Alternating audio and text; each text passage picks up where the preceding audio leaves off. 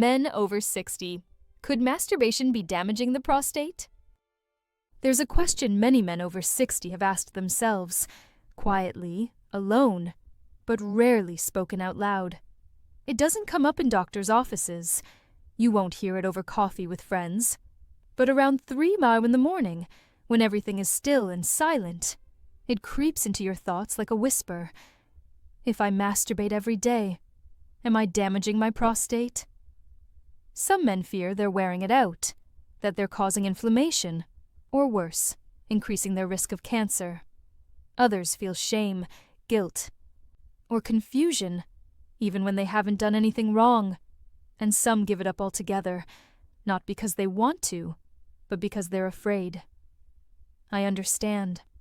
I'm Dr. Marissa Blake, a urologist with over a decade of experience helping men over 60 protect their prostate, restore their confidence, and reclaim their quality of life.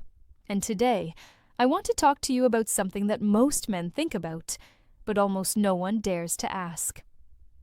Because the truth I'm about to share with you is going to surprise you, not just because it goes against what you've always been told, but because it might actually bring you relief, clarity, and even a new sense of hope. So don't go anywhere. The answer to this question isn't just yes or no. It's a story. One of misinformation, science, and what your body has been trying to tell you all along. Before we can answer the big question, we need to meet the quiet little organ at the center of all this fear and confusion, the prostate gland. The prostate is small, about the size of an almond or a walnut. It sits just below the bladder and in front of the rectum. And its job: it produces the fluid that mixes with sperm to form semen. In other words, it helps carry life. But here's what most men don't realize. As we age, especially after 50, the prostate starts to change. It often gets larger. And even when that growth isn't cancerous, it can still cause problems. You might notice it when you're standing at the toilet longer than you used to, when you're waking up 3, 4, even 5 times a night to pee, or when your bladder never feels fully empty, no matter how many times you go. And here's where the fear begins. Because prostate cancer is one of the most common cancers among men. And anything that might irritate or stimulate this gland, like daily masturbation, feels risky. But is that fear truly justified, or is it rooted in outdated beliefs and silent shame? Let's separate myth from medicine, because the answer might change how you think about your own body forever. For decades, men have lived under a cloud of confusion when it comes to their bodies, especially this part of it. You've probably heard the whispers. Too much masturbation causes swelling. It drains your strength. It inflames the prostate, maybe even leads to cancer. Or the harshest one, it's not something a respectable man does, especially at your age. These myths don't come from science. They come from shame, passed down in locker rooms, hushed conversations, and even well-meaning advice from another time. And for many older men, these ideas stick. They're wrapped up in guilt, loneliness, and a quiet fear that maybe you're doing something wrong. Something that could one day lead to a diagnosis no man wants to hear. I've met so many patients, strong, kind, responsible men, who lowered their voices to ask me, "Doctor, am I harming myself by releasing too often?" And I always give them the same answer. Let's not guess. Let's look at the science. Because thankfully, someone finally did. One of the world's most respected medical institutions decided to stop the speculation. They followed tens of thousands of men for almost 2 decades. And what they found didn't just challenge these old beliefs. It shattered them. In the next part, I'll show you the study and the truth it revealed. It's going to surprise you. And it just might lift a burden you've been carrying for far too long. Let's talk about what science actually discovered. A team of researchers from Harvard University's T.H. Chan School of Public Health conducted one of the most comprehensive studies ever done on male sexual health and prostate cancer. They didn't just survey a few hundred men. They tracked nearly 32,000 men for almost 2 decades, carefully monitoring their health, lifestyle habits, and one very specific detail: how often they ejaculated. Now, this wasn't about judgment or morality. This was about data, and what it revealed was astonishing. The men who reported more frequent ejaculation, specifically 21 times or more per month, had up to a 33% lower risk of developing prostate cancer compared to those who ejaculated only 4 to 7 times a month. Let that sink in. More ejaculation, less risk. It's not just one lucky finding either. A separate large-scale study in Australia found nearly identical results, strengthening the case that this isn't a fluke, it's a real, measurable protective effect. But why would something so simple, something most men were taught to feel embarrassed about, offer such powerful protection? Well, researchers have a few compelling theories. One is called the prostate stagnation hypothesis. Think of your prostate like a filter or a set of narrow pipes.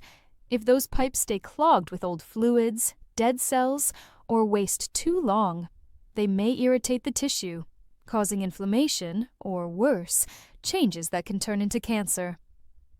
Regular ejaculation flushes those pipes, keeping things clear and reducing the chance for dangerous buildup. Another theory focuses on cell turnover.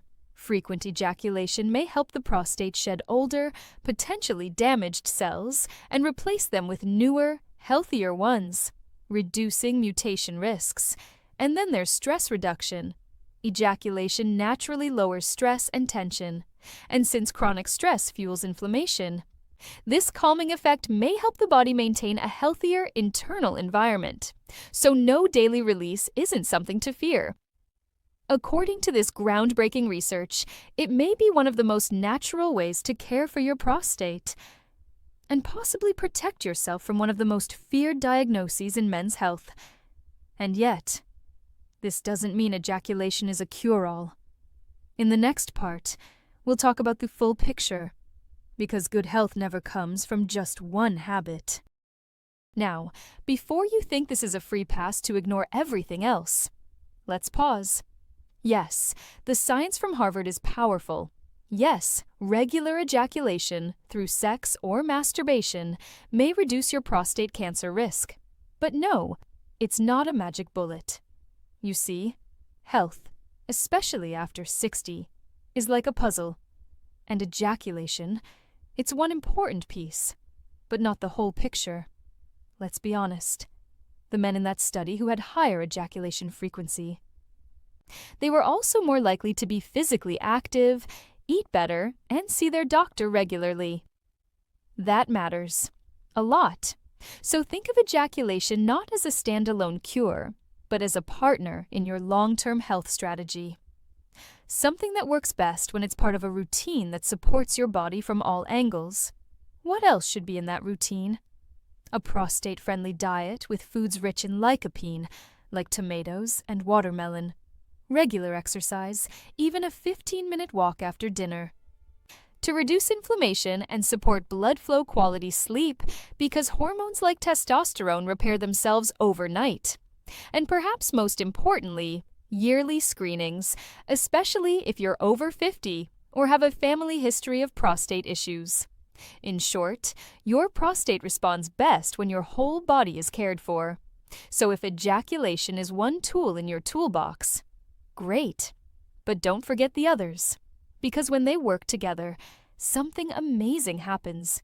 You feel clearer, lighter, stronger, more in control.